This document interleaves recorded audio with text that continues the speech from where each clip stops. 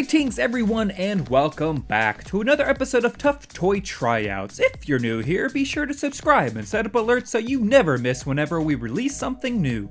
This week, we're taking a look at another Nylabone product, but this one is quite unique. The NylaFlex Wavy Arm is how they named this chew toy, and it looks like it came out of some surrealist painting. The looks aren't the only thing that makes this toy unique, as it uses a distinctive material made from fusing nylon and rubber together, making a softer nylon that's easier on teeth and gums and helps prevent tartar buildup. Oh, and it's beef flavored too! The only potential downside to this toy is that it's very clearly labeled as not intended for powerful chewers. I just did air quotes, but realized you can't see that and now I feel stupid. So, now that we know what we're testing, let's toss this thing on over to Story and see how it holds up after a week's heavy abuse.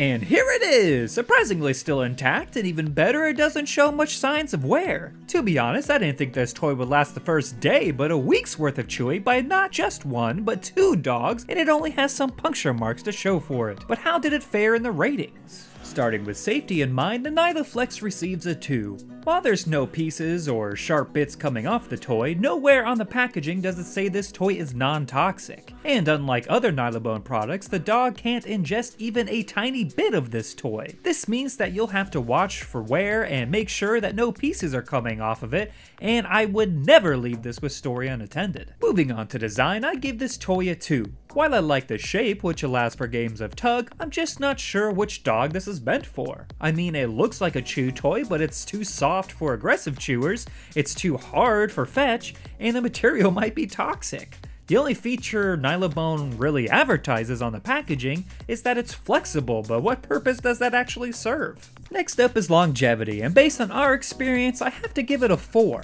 Story is somewhere between an aggressive chewer and a super chewer, but it really depends on how the toy is designed on whether she wants to destroy it or not. This wasn't one of them. She chewed it, sure, but never did she want to chew it out of existence. Experiences will vary greatly, so I couldn't recommend this toy on longevity alone. And finally we have the price, where the NylaFlex receives a 3. At $8.55 on Chewy, it's not terribly priced, but I just don't think it's worth getting at any price. Not much else to say, I'm afraid. So after plugging in the numbers, we've determined that the NylaFlex Wavy Arm by Nylabone receives an underwhelming 2 out of 5 bones. I'm glad that companies are trying new things and experimenting with new materials and seeing what they can do with it, but this toy sadly was not a good result from their labors. I'm sure given the proper application, this fusion of rubber and nylon could be an absolute hit, and if you know of one, please let me know in the comments below.